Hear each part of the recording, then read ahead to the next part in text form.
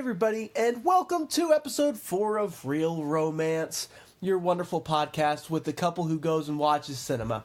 I'm Robert, also known as Bamfing Bob, and my co-host here is the lovely Miss Brittany. How are you? You're pretty peppy, so... We're both very sick. With the weather and everything else, it's just been a nightmare trying to get our immune systems together, but we still found the energy to go out to a few movies. Barely. We've fallen behind. Normally we're really ahead of the game, going to movie after movie 2-3 times a week. But really, we've been just trying to squeeze in one a week, haven't we? We've been trying. It does help, though, that... This week there's going to be a lot. Yeah, I was saying the last few weeks from the end of January to mid-February, there really hasn't been all that much. About one good movie a week coming out, but February 8th and February 15th is where all of the big movies are coming out. We're going to put out a romance episode, hopefully in the next week. Right, because this is when all the romantic comedies, all of the big romance stuff, everyone wants to go out on date night for Valentine's Day. So... all of those movies are going to be coming out here shortly.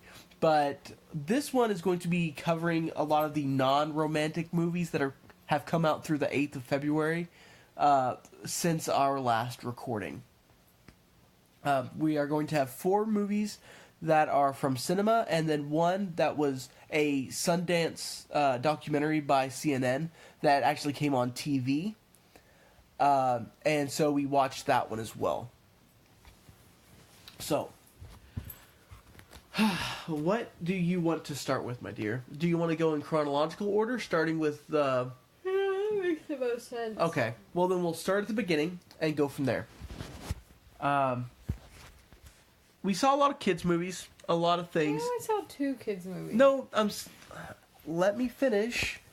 I'm saying is that every movie that we saw leading up to it, we kept seeing these trailers for the kid who would be king.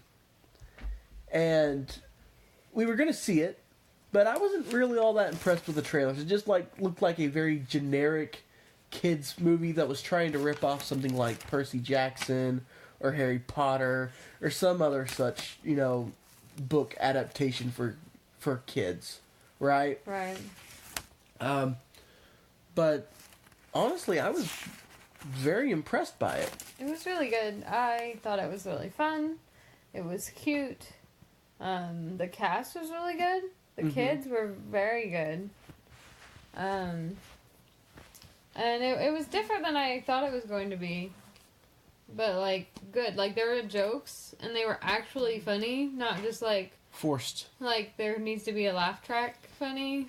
It was actually funny. Right, and a lot of it was situational. Now, for those who aren't aware and have not seen any of the trailers, The Kid Who Would Be King is a modern King Arthur retelling where a young man named... it's not Alexander, isn't it? I think so. I think his name is Alexander. It's not Arthur, I know that. But yeah, while she's Googling it, this young man, he's being bullied at school in London. Mostly his friend is being bullied. Right, and his friend's being bullied, and he's just kind of at the bottom of the totem pole. And he's being raised by a single mother, and one day he's... Yeah, Alex. Yeah, Alex. Yeah, but he's chased into a quarry, and he ends up pulling Excalibur out of a construction site. And... that leads to him being encountered by Merlin, who is disguised. The best character. We'll get to that later. Okay. But he's in disguise, and Merlin tells Alexander that the evil half sister of Arthur, Morgana, she's coming back, and she's going to take over the bleak, horrible London, or the whole England. Right, she's going to take over everything, and so he needs to assemble the purest of heart for his knights, and they need to come together to defeat this dark queen from the underworld. A lot of fun things, a lot of different situations occur where every night these dark forces come, and more it's full. It had a really nice. It is a building escalation of threat over a period of nights. It gets worse and worse. They get stronger. It had a really nice, like, it was like, basically, unless you've been knighted, like, you disappear. Which was really nice. It led to some really funny scenes. But it also kind of explained why no one ever sees it. Because in movies, there's always, like, this crazy crap going down, but no one except the main character sees it. And so this made, like, I gave it at least a decent excuse. They, like, disappear into, like, limbo while all the crazy stuff is happening. And then when it's over, they, like, come back, which there's a very funny scene. Right. It at least is some funny stuff. But the kids, they learn to sword fight. They learn to ride horses. 3 days. Yeah, no, they have to come together because it's still a big mess, okay? Like, these kids still don't know what they're doing, but they try really they hard. pull their resources, they encounter these forces the way kids can. Merlin shows up, and he thinks there's going to be 4 years until this happens, and then it's like 4 days. Yeah. And he's, like, freaking out. Okay, but Merlin can't appear at night. For some reason. I don't remember if that... I don't know if that's mythologically accurate or not, but I'm not I think it's for the book. But Merlin, the guy that plays Merlin is fantastic. Patrick Stewart plays old Merlin, but he's not in it very often. But he's a fun little touch, just kind of alluding to the fact that Merlin is an old man. Right. But basically, Merlin apparently, as Merlin gets older, he actually gets younger. Yes. Like, that's what it's talked about. But his name is Angus Emery, and he did a fantastic job. He was definitely my favorite. And it's not just like him as an actor. Like, the character itself, Merlin, is an intriguing character. Yeah, he definitely gave it a new spin that I thought was amazing. Like, okay, the magic was pretty funny. So he does, like, these elaborate hand gestures, like jiving. A lot of snapping and clapping and, like, weird tapping his palm. And you think that sounds stupid, but, like, when you're watching it, it's very enjoyable. It's funny, but it's also very, like... serious. Oh, this is magic. But he's all, like doing this weird hand gesture stuff. But it's exactly the same for the spell over and over. So it's, like, it makes sense. It's, like, each spell has...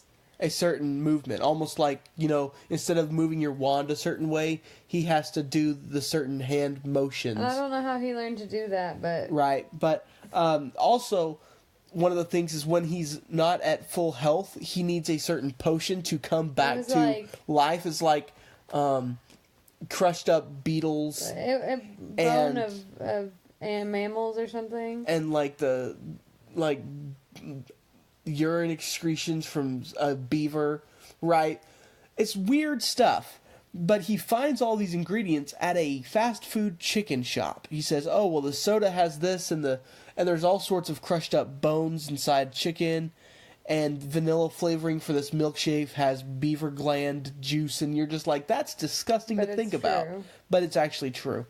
So that made it really funny. Natural flavors is just beaver anal expression. Yeah, so next time you go to Wendy's and get a vanilla frosty, you're welcome. And I'll still drink them because they're delicious and I don't care. All right, I've put worse in my body. Also, interesting to note, the main character is actually the son of famed mocap actor Andy Serkis, who played Gollum. What's that on the bed? It's nothing. It's nothing. You have tissues. It's not a booger. Anyway. But Andy Serkis' son plays this character, and it was his really big debut film. And a lot of times these sons and daughters of famous actors, they'll come out and they'll be in movies, and it's just really disappointing. And sometimes you're surprised, and they actually do a really good job. And this was a very good first outing for this kid. I think he has a future in acting. Has he never been in anything before? I mean, he's been in a couple of small things, because, I mean, they're British, right? The British invasion is crazy. Like, every part is taken over by a British actor. But this is a British film with all British cast. They are in British. So this makes sense to have him in. It's not like he came over to America and he tried to play some California kid. I guess he was in some weird animated Yeah, what film. is his first name? Yeah, Lewis. Lewis. Yeah. But I think the most famous kid is... Or no, I think it's Louis. Louis, whatever. The most famous kid in the movie was... And you won't recognize him because his hair's different. His name is Tom Taylor. He was in The Dark Tower a few years ago. See, we didn't see that one. No, we didn't. But and he's been in a couple different things. But his brother had some definite roles in Harry Potter. What are you looking for, honey? I want a pillow to sit against. Give me a second. Your pillow's over there and it needs wash. I know it does. I'm just gonna get a secondary pillow. But he was the only kid, I think, that, as far as I remember, that has been in anything else, like, even kind of... Anything notable. Yeah, like, everybody else was pretty new. I mean, obviously Patrick Stewart and stuff. Yeah, no, he's... Patrick Stewart, he's so new. And the mom has been in stuff. But other than that, like... None of the kid actors really have been in hardly anything. Right, but back to the movie. The CGI was actually really, really good, and the action sequences were above par what I was expecting from the trailers. I was just expecting some hokey, stupid kids film to fill an hour and 45 minutes of our time and make a quick box office buck. But they put some serious effort into it. Morgana looked great. They have like these like fire demon skeleton things, and yeah, the vines, but they did what Percy Jackson should have been. They made the kids actually fairly young. I mean, they weren't as young as they were portrayed in the movie, but they were definitely younger. They were all teenagers, so I mean, that's something. Right.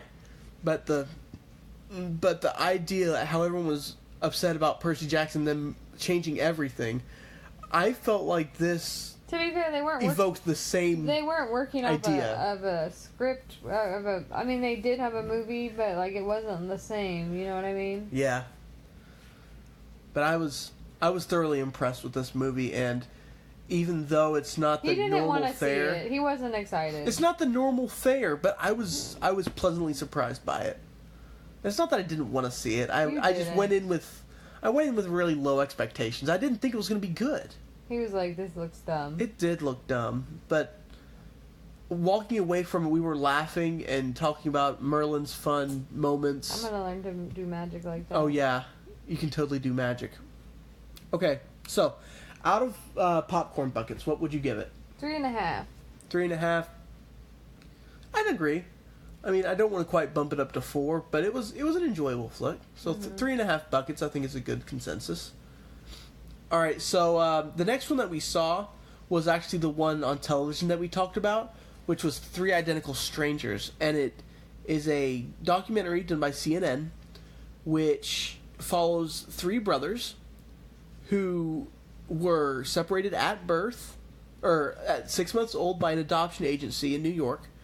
And they found out that they were brothers when one of them went to the same college as his brother, and everyone mistaked him. Yeah. And then there was a huge newspaper article about these long-lost twins, and then the third brother came out and said, these guys look just like me, and that's how they all came together. And even though it sounds like a really fun, heartwarming story of people coming together, it's actually kind of messed up. It was really sad. It was overall, the whole film was sad. No, the first half of the film was really happy. I mean, they found fame. They found each other, but... No, they found fame. They went on the talk show circuit. They started a business together. They got used to each other's, quirks and similarities.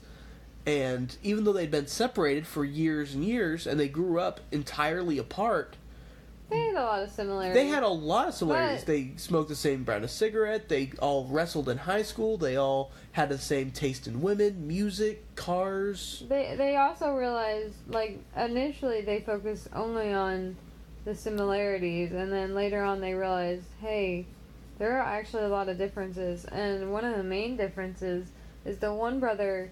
And it wasn't to say his dad was bad or anything. There was nothing wrong, per se, with his dad.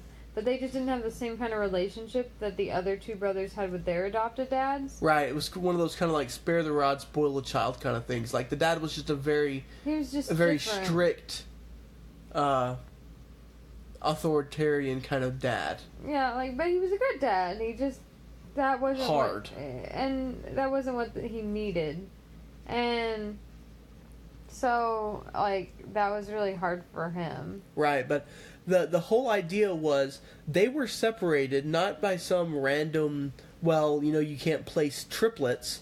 They were split up because of a secret scientific study It wasn't even so much that they were split up. It was that the fact that the agency didn't say tell anything. Right, yeah. Like I said, it was a secret study, and they separated them to show the difference between nature and nurture, whether your genetics determine who you are, or is it your upbringing.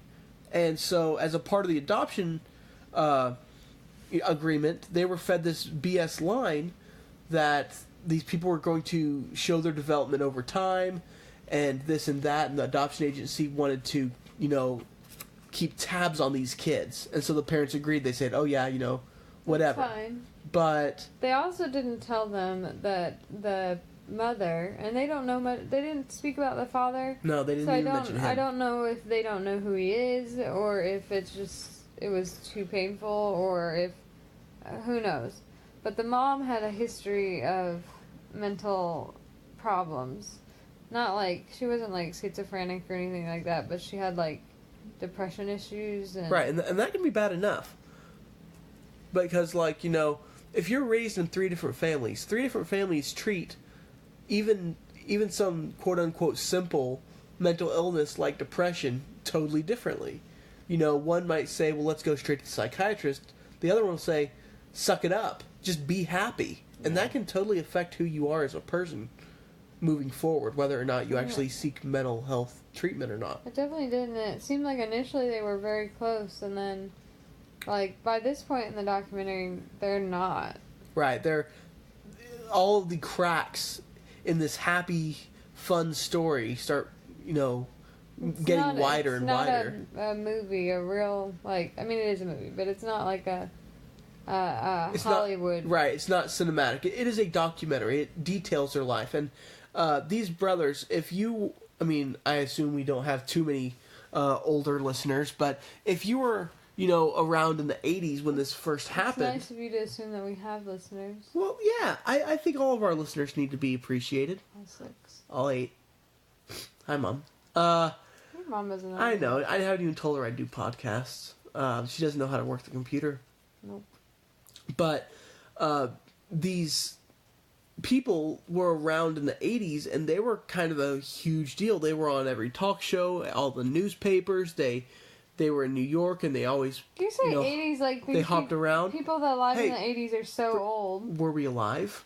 Then they're old. Your sister was. In 88, she was a toddler. Do you think she's old?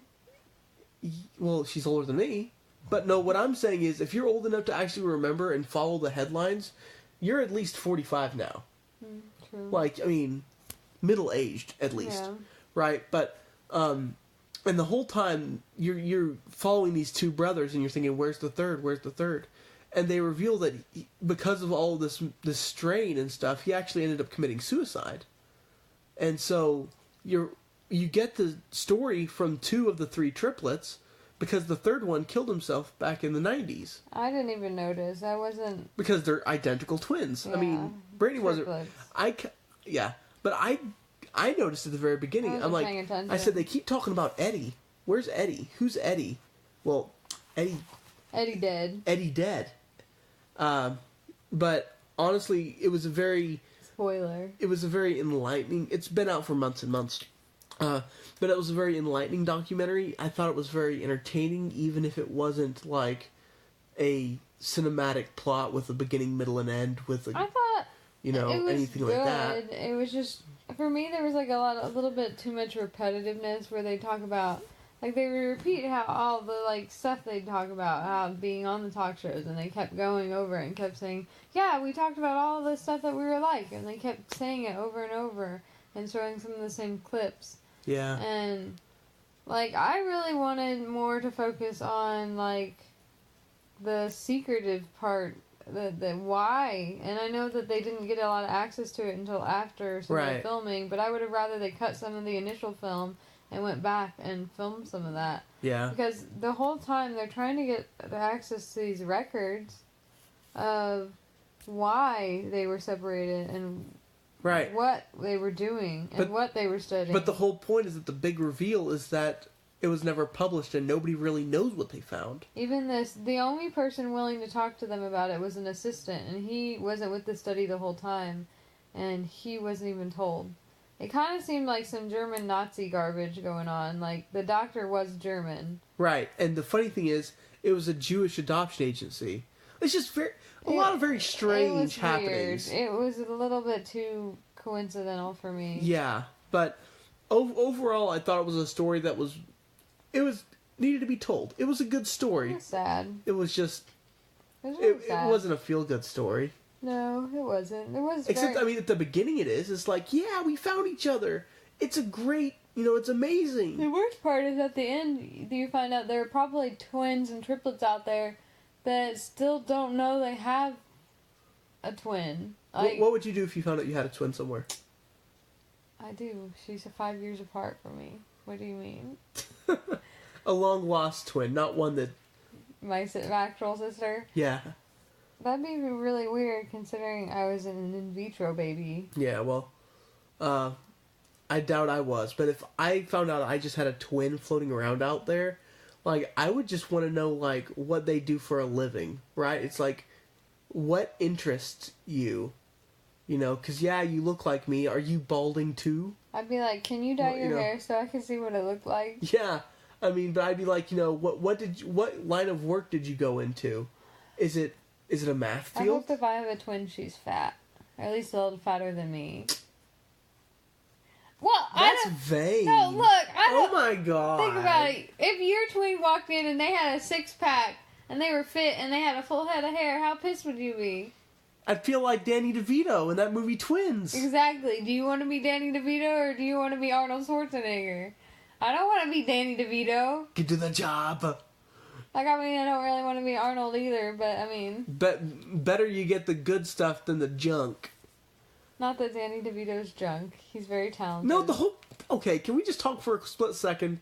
How that movie is just total shit. The fact that they're like, Danny DeVito's a shit human being. Because he got all the leftover DNA, so he's fat and bald and short and ugly. And that's how that works. And that's how that works, where you just like, you either get good DNA or bad DNA. That's not how Danny that works. DeVito's crap.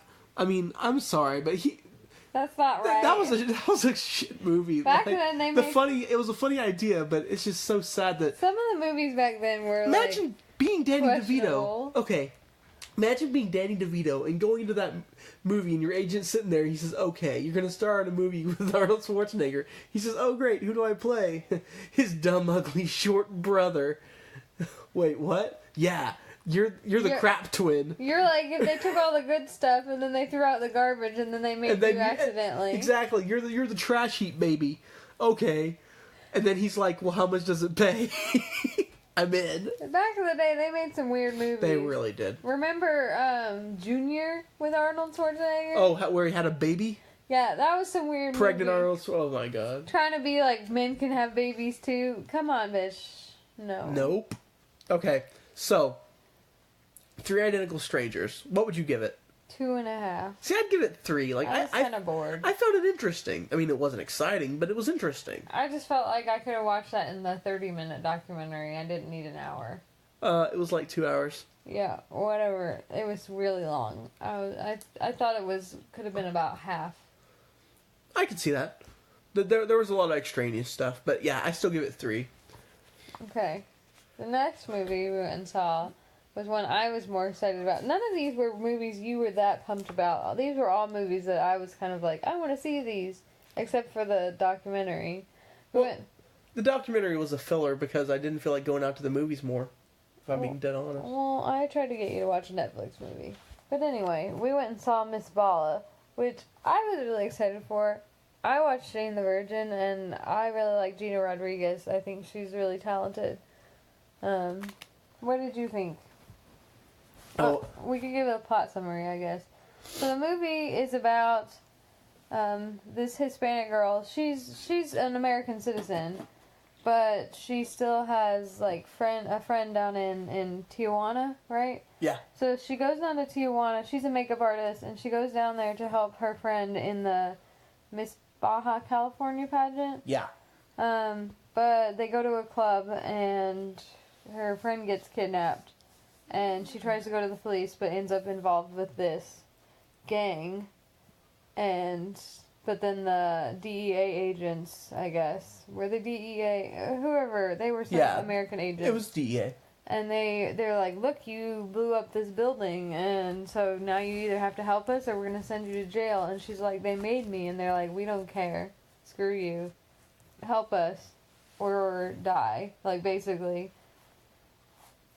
And that was the premise of the movie. Right, and so, but the main point is that she is trying to get her friend back, and she'll do anything she has to get her friend back. But also not get arrested. Right, so she's trying to infiltrate this drug cartel, trying to get information on how to get her friend back. She doesn't know where her friend is for 90% of the movie. Right, and finally when she figures it out, it's like, alright, it's on like Donkey Kong, I gotta get her back. She's the reason, or I'm the reason that she's there, so I want to make sure I get... She isn't. Well, they went to the club together, and she tried to get her friend out. And the whole time she was trying to get her friend out, and then in the morning, nothing happens. She's still missing. Mm-hmm. So she feels responsible for not being able to find her. And the whole time you're not really sure who's a bad guy, who's a good guy. It's basically, the movie highlighted how pointless the war on drugs really is. Because nobody's a good guy. The DEA agent wasn't a good guy. The drug guy wasn't a good guy. The mayor or police captain or whatever, he wasn't a good guy. Like, there were no good people in this film, except for the main character. There was just bad and worse. Basically, and it highlighted how women are just, like, completely just used as objects and abused, and how that sucks. But Gina Rodriguez did a really nice job of, at the end of the movie, she has really, like, matured, like, and become more powerful and more, like, at the beginning she doesn't really stick up for herself. Like, there are some designs she wants to show this guy and at this makeup show, and he's like, no, just follow the book. And she, like, doesn't say anything. But by the end of the film, she's definitely grown as a person. Yeah. She did experience some character growth. For me, I thought it was a very basic drug cartel type movie. I'm not really into the whole big shoot 'em up gang stuff. Never really have been. There wasn't like a whole lot of that. There was a lot of that. There was explosions. There were firefights. There was a lot. I really liked the guy that played the drug dealer, whatever his name was. He did a very good job. He did this really nice job of walking the line between like attractive and crazy, terrifying, approachable, and fearful. Like, cause she's torn like most of the movie on whether she actually likes him or not.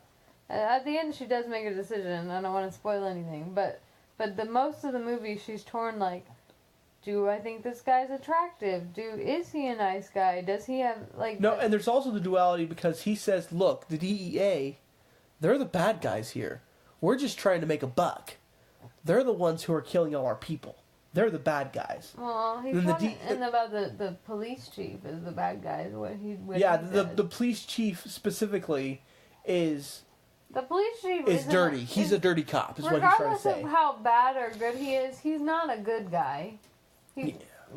Regardless of what the gang guy says is good or not, he's not good because he sleeps with the winner of the pageant, and you don't really have a choice about the matter. Also, the pageant, it's called the Miss Baja California. But it's in Tijuana. It's in Tijuana. But that's not all of it. The movie is called Miss Bala, and it's the Miss Baja California. It's just so Bala, it's about bullets. I know it's the bullet, La Bala, right? But but they say Baja and Bala all the time. Spanish confuses Robert. It's just, why? Why did it have to be the Miss Baja California? Like, I don't understand. Is that an actual contest? I don't know. Like, I don't know enough about Mexican culture to really be able to say, but it almost felt like a literary device, being like, oh, we want to make sure, we drive that point home by making it sound like, similar words. I guess. Right? I didn't even no, notice. and the character, I just thought Mexican, I don't even know. Spanish, there's a lot of Baja and Bala and... I'm gonna sneeze. Okay. Are you? No. There you go. Bless you. Thank you. Okay, so anyway, the main character, I forget Gina Rodriguez's real name. Gloria. Gloria, right? Her friend's name is Hoo Ha or something. No, it's Suzu. Suzu. It was kind of a weird name. it was a weird name for as much as they said it. Yeah, they said it a lot. Like they said. Where's Suzu? Suzu. Suzu, like, where is she? I was like, okay, this is getting weird. Like, couldn't she have been a Maria or a Diana or something? Nobody says anybody's name that much either. Yeah, that's the one name you hear all the time. But anyway, Gloria, she doesn't want the spotlight, right? She's not a model. She's the makeup artist. Yeah. But for some reason, they throw her into the competition. No, and that's not what irritated me. I'm getting to that. Is that she skips all the rehearsals, all the fittings, all the preparation, and she still wins. Granted, it's rigged. They rig it so that she'll win, so that she'll get with the police chief. Spoiling everything. I'm not spoiling everything. Yes, you are. But I'm saying is that the cartel has connections, okay? And they make it happen, even though she goes in completely unprepared, without anything, and they make it work. Cassie, stop snorting. But they make it work for her, and I'm just like, the weirdest it's such part, a plot device. Gina Rodriguez is very pretty. Oh, absolutely. And she's fit, and... But they treat her, she looks like a bag of potatoes. They're like, her friend, I mean, is pretty, but arguably I would say Gina is prettier.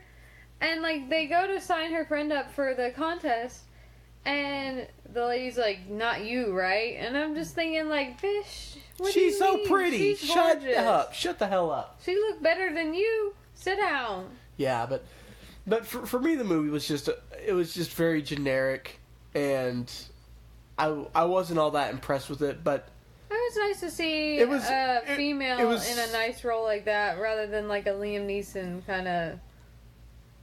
And it's really good to see, Latino-led movies. It's just not my fare. It's just not what I like in a movie. I liked it. I mean, it wasn't something I'd watch again, but it was enjoyable. There was no humor in it. No, there wasn't very funny. And the action in it was all very, very shoot 'em up. I think there might have been... Wasn't there a car chase in it? Maybe one? Yeah. But overall, it was just a big shoot 'em up. And, we have to get this guy because, wait, bang, bang, bang, bang, bang. Disappointed there wasn't very many avocados. No avocados. Not that I like avocados, but...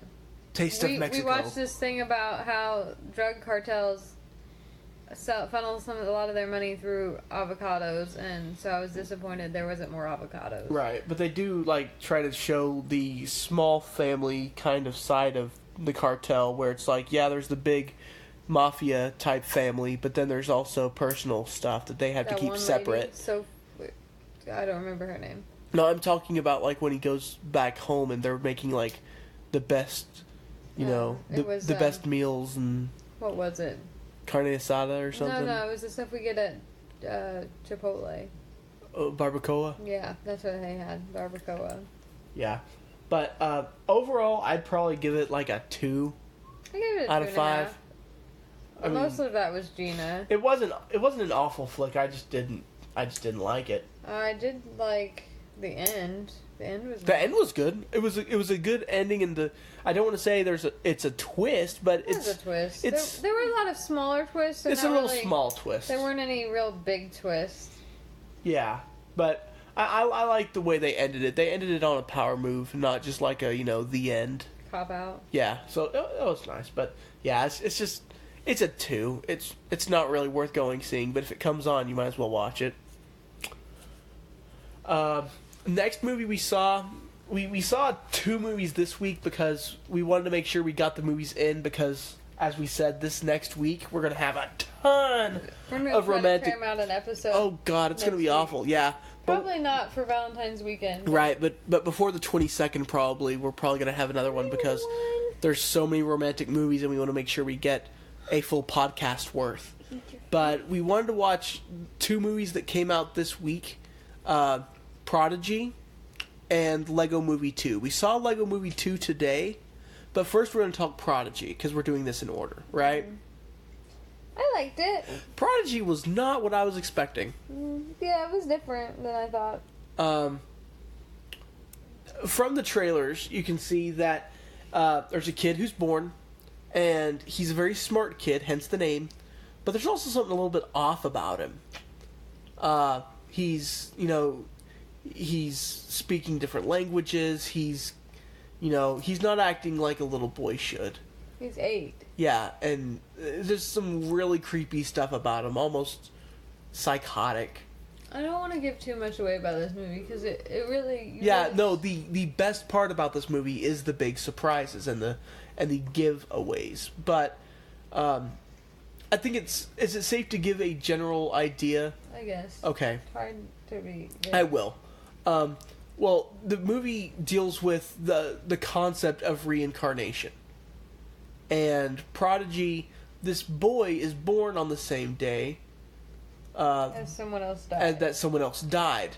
And let's just say he's not a good person. yeah, he's not. Let's just leave it. Yeah, let's just leave it there and say that this kid is in a battle in himself between the good little boy and the not so good person that's trying to get reincarnated. As far as being a scary movie, there were scares. I jumped a couple times. Yeah. But it's not like a thriller type thing where there's a masked man hiding in the closet. It's more of a psychological right. thing. It's like It's like, what if your child, like, you didn't know your child and you grew up with thinking that this was your son but right. there's someone else there and they're not good. Yeah, you're hugging, you're consoling, you're caring for your kid, but what if it's not really your kid, right? What if it's a complete stranger taking advantage of you, acting like them, or saying what you want to hear? Kind of like Invasion of the Body Snatchers, kind of. Yeah, it's an invasion of privacy, right? And the mother. The kid does some really weird stuff. Like, he spies on the parents, and he says some super creepy kid things, and it kind of, the movie just reaffirmed how, like, kids are creepy AF, and this kid was extremely creepy. Very gifted actor. He was pretty talented. But I would argue that the main character, even though the kid is like, well, yeah, the main character is the main character is the mom, and she's the one who plays Piper on Orange Is the New Black. I forget her name off the top of my head. But she does an amazing something. Yeah, but she does an amazing job because she's wanting to be a good mom, but she sees these little developments over time, like the kid's talking in his sleep, the kid's And the kid will just say something that's super weird. right, or he'll do something violent and he'll say I don't remember, Fair warning. I can't recall. If you flinched at the scene in The Quiet Place with the foot through there is a very similar scene. Just it's painful. It's like I think trigger warnings are important. Like Brittany, you hate things like teeth and fingernails, right? If they pull out their teeth, just don't even tell me. I'm not gonna go. But an FYI, there is a death of a dog in this too. Oh yeah, that was. And that was. It's not on scene. It's just. Yeah, it's not on camera, but it's still pretty scarring knowing that happens. I was not ready for that. Oh, and the kid is so vile too. It's like they're looking for the dog, and he says, "Everyone dies, even you're gonna die." It's like, what the hell, kid? Like, you're 8. That is super morbid. But later on, when you find out that he's kind of like. You find out at war with himself. It makes sense. It makes sense that he'd say things that are profoundly morbid like that. But there's a few CGI effects that they try to utilize to kind of show that duality of character. Those were really creepy. That really creeped me out. The acting that I'll reiterate though, just the acting of this kid kind of switching between innocence and psychosis, like it's top notch. I'm not sure if the kid deserves an award, but he deserves a pat on the back and an ice cream cone. I mean, he did a damn good job. He got a paycheck. Yeah, no, but I'm saying like he deserves kudos, not just what he got, but he performed. Yeah. He performed well. Anyway. Yeah, without giving too much in plot, I felt like it was a very solid film with a very not obscure, indefinite ending. Right? It's hard to know how it ends because much like Miss Bala, it has an open ending so that you don't necessarily know how things turn out, but you can pretty much see the direction things are going in. There's definitely enough room for a sequel, or even exploring it with another kid, or like it. The concept of reincarnation it's not normal reincarnation. It's their certain brand of it. It's like a ghost that has something like that. Unfinished business. Right. In order to get your kid back, you got to figure out what that is. Right, and the unfinished business kind of dictates whether or not, the ghost, quote unquote, the ghost will leave.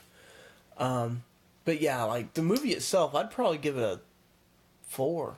It was a good movie. Give it a 3.5 to a 4. Like I was impressed by it.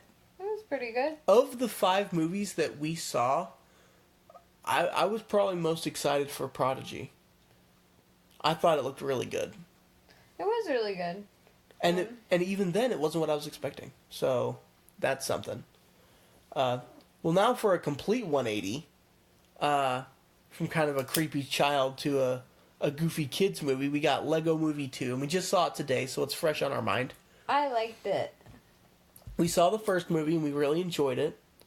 And Lego Movie's not one of those things that I'm like, oh my god, I need to see the next one, right? But it's an enjoyable movie. Batman, Lego was good. And so Lego Movie 2 picks up right where the last one ended. The second part. Right, it's called the second part because you see it and now there's a time jump. There's a time jump within the movie though, because the movie it ends and it says, "Yay, the Kraggle, it's been defeated. This is the end of the movie." That's what the little Legos sound like. Yeah, and then this happens and it says, "Well, we're gonna play with your sister now." And then it all goes to hell. Like, the whole Legoland stuff, it's not a good thing. When the little sister comes around, it ain't good. And then it kicks forward 5 years and it's a desolate wasteland. It's apocalypse. And every time, it feels like, because Emmett and Lucy and Batman and all these characters, all the characters are back except Will Ferrell's character, and he's in it just not very long. It's funny. He has little voice cameos. Little pop out. Right. But they acknowledge he's there, but they don't pay him the big bucks to be a star. Right? But every time they try to build something nice in this apocalypse world or whatever, the sister comes and ruins it all. Right? Yeah. And this is kind of from the brothers. Like, this is the brothers' toy set. Right? So little sister comes and ruins everything. And the premise is that Emmett is still very much Emmett. He's the eternal optimist. And everyone else is like, life sucks. Yeah, life is hard. They become brooding. They change. The kitty character, bless her heart, she turns into a badass battle panther, right? Just a fire beast. That just shoots... Unikitty. Yeah. But it's really fun to see these characters change. She just sneezed all over me. Oh, maybe you got what I got, little girl. That's a cold. But she says... I gotta get my mind. Okay. This new invader comes and steals all the people who have power in this land and steals them away. And... she wants to marry Batman. Okay, they say. No, you're skipping parts. Okay, so they take them. This space cadet looking lady comes and steals them, and then they go to this. What was it called? The Sista region or something like that. Sistar. And then you meet a character played by Tiffany Haddish called Queen. Whatever I want to be. Whatever wanna be. Basically, like, whatever I want to be is basically what her name is. And she, like, transforms, like, every 2 seconds. And it's kind of weird. And then she sings this really cute song about how she's nice and whatnot, But it's always like, I'm not mean, and I'm not evil, and I'm not sinister. And the whole time Lucy's like, that's really suspicious that you're just describing all the things that you are and just putting not in front of it. Right? I'm unmischievous. I'm malicious. You know? Like, well, overall, and then Emmett is trying to, with his friend Rex, new friend Rex. Rex Danger Vest. Yeah. He's trying to... Raptor trainer, archaeologist, space explorer. It basically is making fun of Chris Pratt. And all of his roles, but it's so funny that they just, like... No, they go there. They literally, like, have a joke about how he's got a hard body, but it was hidden under baby fat previously. Like, it was They funny. poke serious fun at it. There were definitely a lot of more adult jokes in this film. Right, but... Like, not, like, adult humor, but, like, adult jokes that a child wouldn't understand the references for. Exactly, but the Queen, she's trying to marry Batman so that she can take over, right? Or according to the plot that as we know it, I don't want to give too much away, but she's trying to marry Batman so that she can have more power, right? According to where we're at. And Rex Dangervest and Emmett are going to try to stop this union from happening. And so is Lucy. Right. But they're convinced all their other friends are brainwashed. Right, because they're happy, they're goofy, There is a great scene with Batman in the film where she sings another song and she's trying to convince him to marry her because Batman's the eternal bachelor. Bachelor. There's a lot of bat puns. And she says, well, I don't even want to marry you. I really just want to marry Superman. And it's like, oh, it's on now. Right, I can't have you marry Superman. That was so funny. That was a very funny song. Right, because he mentions almost all of the different people who've played Batman in the movies. They mention that, like Adam West, Ben Affleck, Kristen Bale. They'll see it, honey. Right. Don't spoil everything. But it is essentially a Batman versus Superman song, right? How much better Bruce Wayne is. Superman is played by Channing Tatum, and don't you mean Silly Man? Oh, sorry. He's Silly Man now. And Green Lantern is, I think, Jonah Hill, and then Jason Momoa plays Aquaman. I don't know who plays Wonder Woman. I mean, they're very brief cameos, but it's pretty funny. But yeah, so I mean, I liked the film. I did doze off briefly. I had a very long day. We're both sick. We're both sick.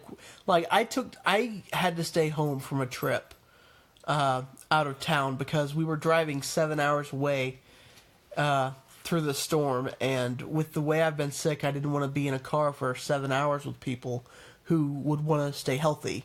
And I thought, I'd just take one for the team and stay home rather than endanger their health. But I've been home all day and I feel awful. But Lego Movie 2, it had a lot of fun jokes. It pokes fun at a lot of stuff. It pokes fun at the fact that they don't have the rights to Marvel.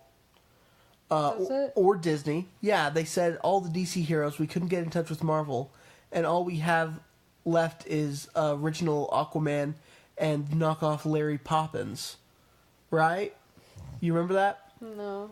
You might have been asleep during that one. I was dozing off a little bit. Yeah, but they reference things in pop culture. Like, instead of just being Legos, there's also things like Polly Pockets in this.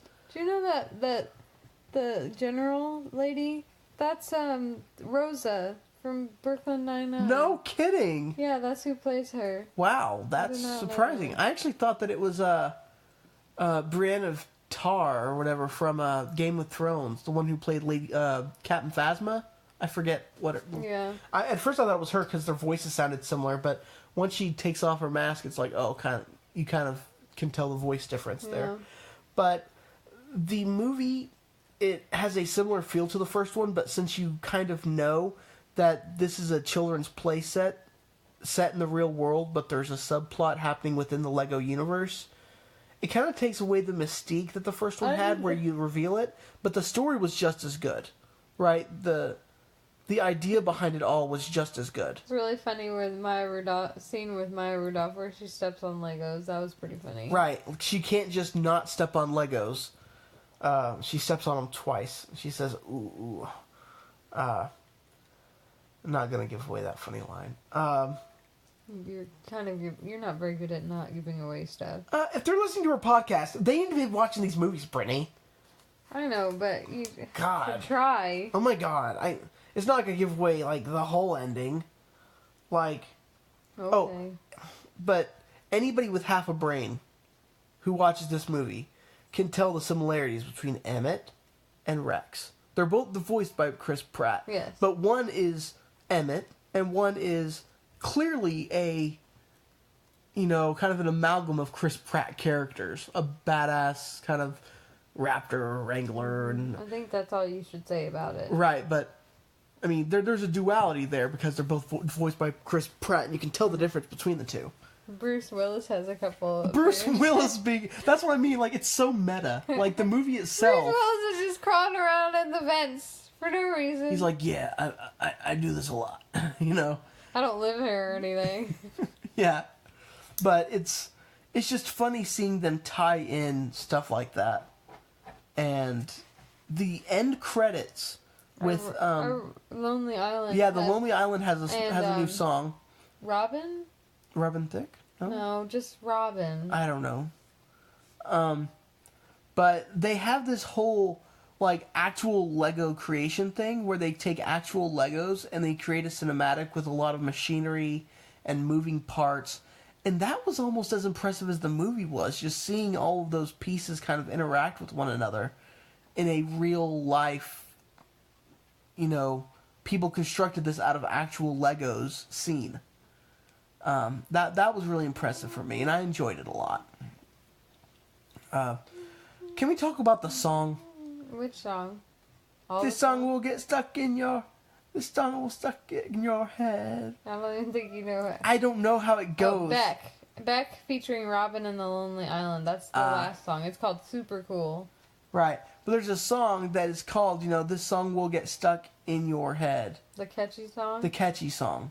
It's so catchy. Right? Yeah. Should we play a little clip? Yeah, sure. Can you find it? Yeah. Okay.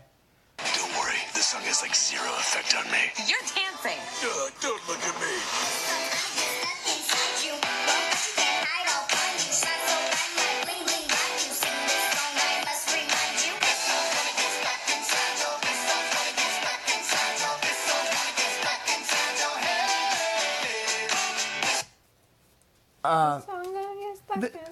This song gonna get stuck inside your head.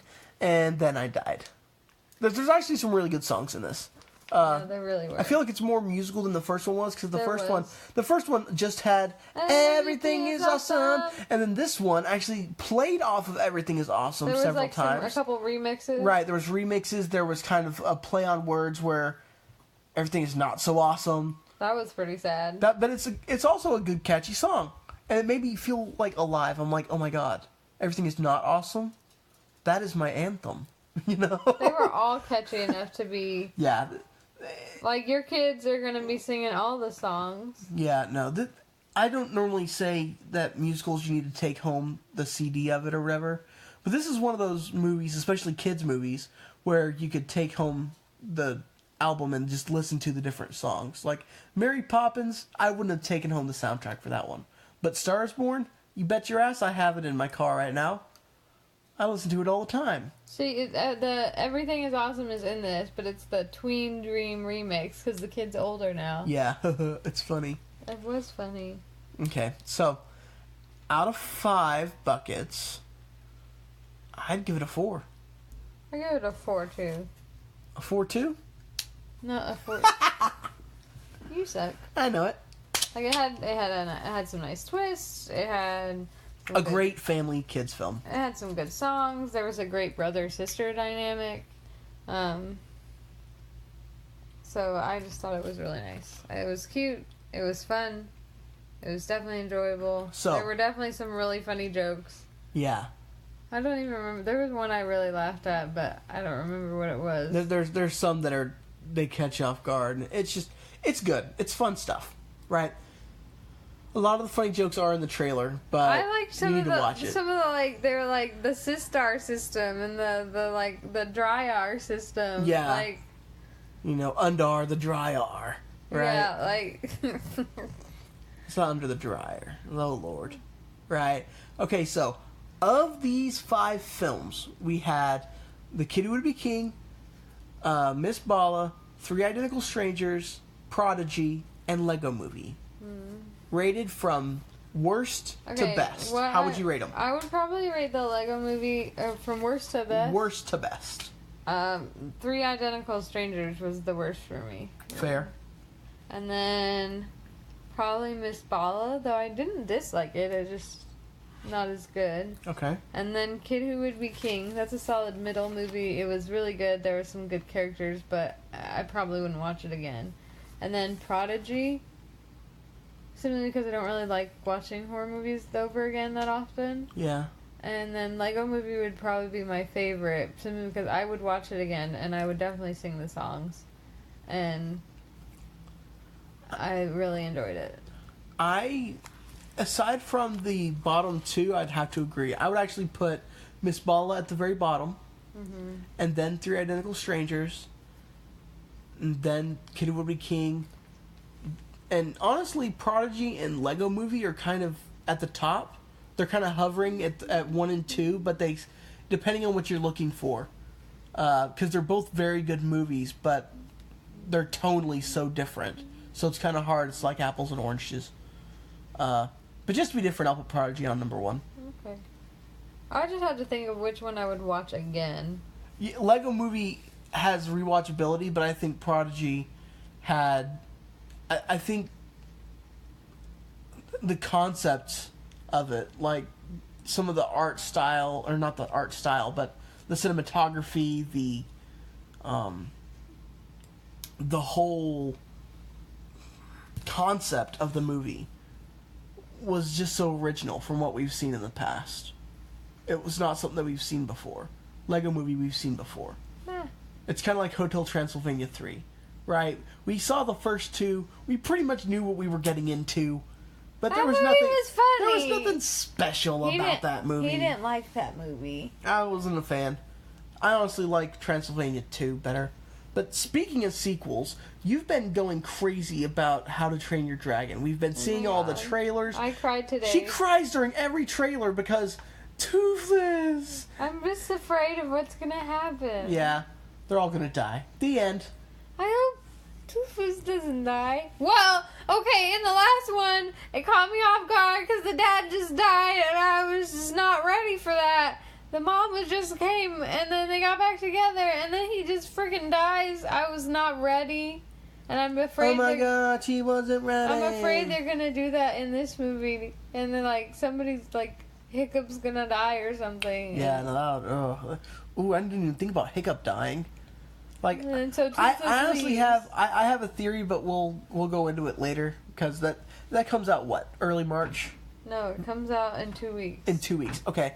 So this upcoming podcast, we're going to be seeing What Men Want, Alita Battle Angel. I know you hate it. Isn't It Romantic? We're going to see what else? There's a lot of them. Happy Death Day to Happy You, Death Day which to I'm You. excited about. It looks really good. I liked the first one. And there's a 5th one that's coming out. That Hulu movie, isn't it? Isn't that what we were gonna watch, or no? No, I thought there was another one in theaters that was coming out. Cold Pursuit, but we're not watching that. All right, I want to talk about Cold Pursuit for a quick moment. I don't want to. But I think there's actually a 5th movie coming out in theaters that. Look, what do you think about it? I want to just say something about Cold Pursuit while she's looking it up.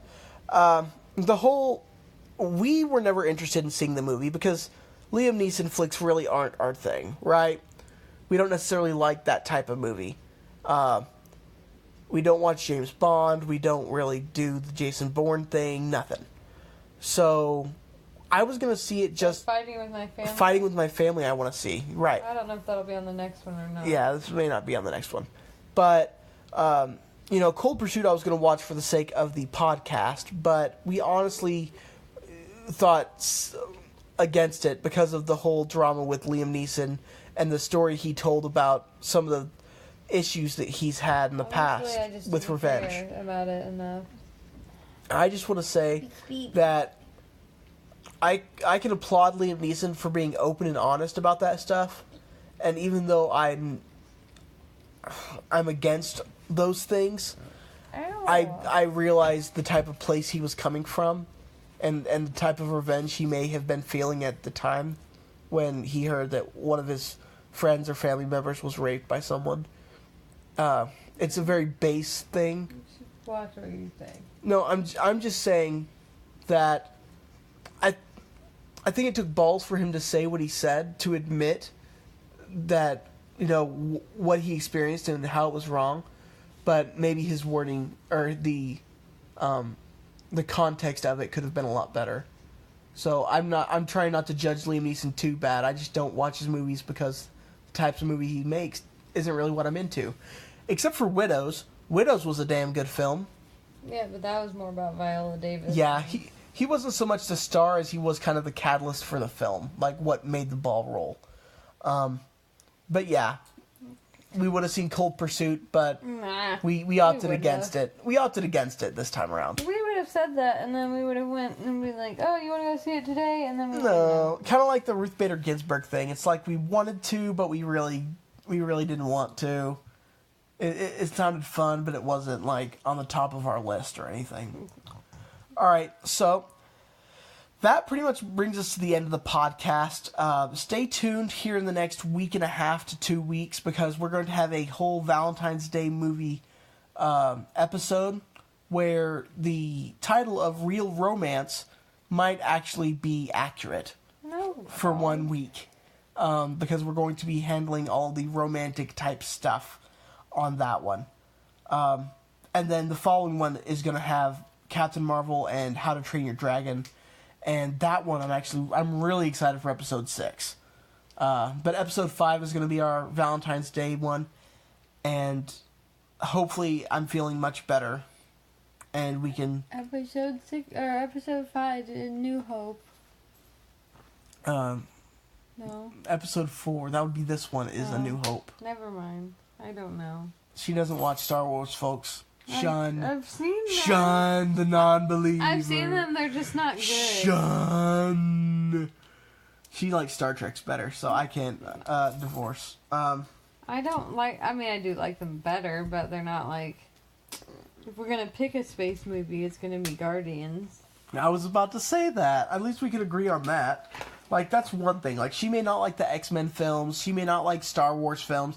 A lot of the stuff that I'm really into, she may hate, like Jackass and stuff. But we can agree that the Marvel films are pretty spot on. Captain America's the best, though. You haven't seen Captain Marvel yet. You don't know. Captain America. I hope Captain Marvel blows you away. But is Chris Evans gonna be in that film? He might be. You never... No, post-credits, maybe. I hope so. I love Chris Evans. I know. It's like... He's my favorite Chris. Chris Pratt used to be up there, but he got weird lately. Yeah, I know. I like Chris Pratt because he's funny and stuff, but it's kind of like Tom Cruise. Like, you can like him, but his whole Scientology thing kind of puts him down on the list. It's not on the same level at all. Like, Tom Cruise is way weirder. But Chris Pratt has been getting weird lately. Yeah. But let's just hope that we can enjoy the work that he makes and kind of separate that from his personal life. Captain America is coming back in Avengers Endgame. Who's your favorite Avenger? Well, Bucky's gonna come back. Captain America is actually one of my favorites, but the new Spider-Man is phenomenal. And Ant-Man kind of holds a place in my heart because he's an engineer. Ant-Man's not even an Avenger. Bullshit! They don't let him play with the big boys. Because he's so small. That's a funny joke. He's small. He's small. He's small little Jike. Right? But What? he's small little tyke, but I don't know why it turned into Jike. But he's going to be in Avengers Endgame. He is an Avenger. He was in Captain America Civil War. He's an Avenger. I mean, he is going to be in it, but... You know who's not an Avenger? Who? The Wasp. That's because she's dead. Fucking spoilers. It's been over 6 months since that movie came out. Spoiler alert. She got dusted. Janet got dusted. If they cared that much, they would have watched it already. Or no, it's Hope, isn't it? Janet's the older one. But she got dusted She too. did too. They all got dusted. They all did. Everybody dusted. Nick Fury dusted. Mm-hmm. Oh, fuck. Everybody but I'm David. not ready. Poor Bucky. I don't feel good, Mr. Stark. No, he's not Bucky no more. He Dusty. You Dusty. You Dusty. You Dusty. Everybody Dusty. What do you think happens if you snort a dusted character? It depends if they come back to life. And they'd be a turd after a little while.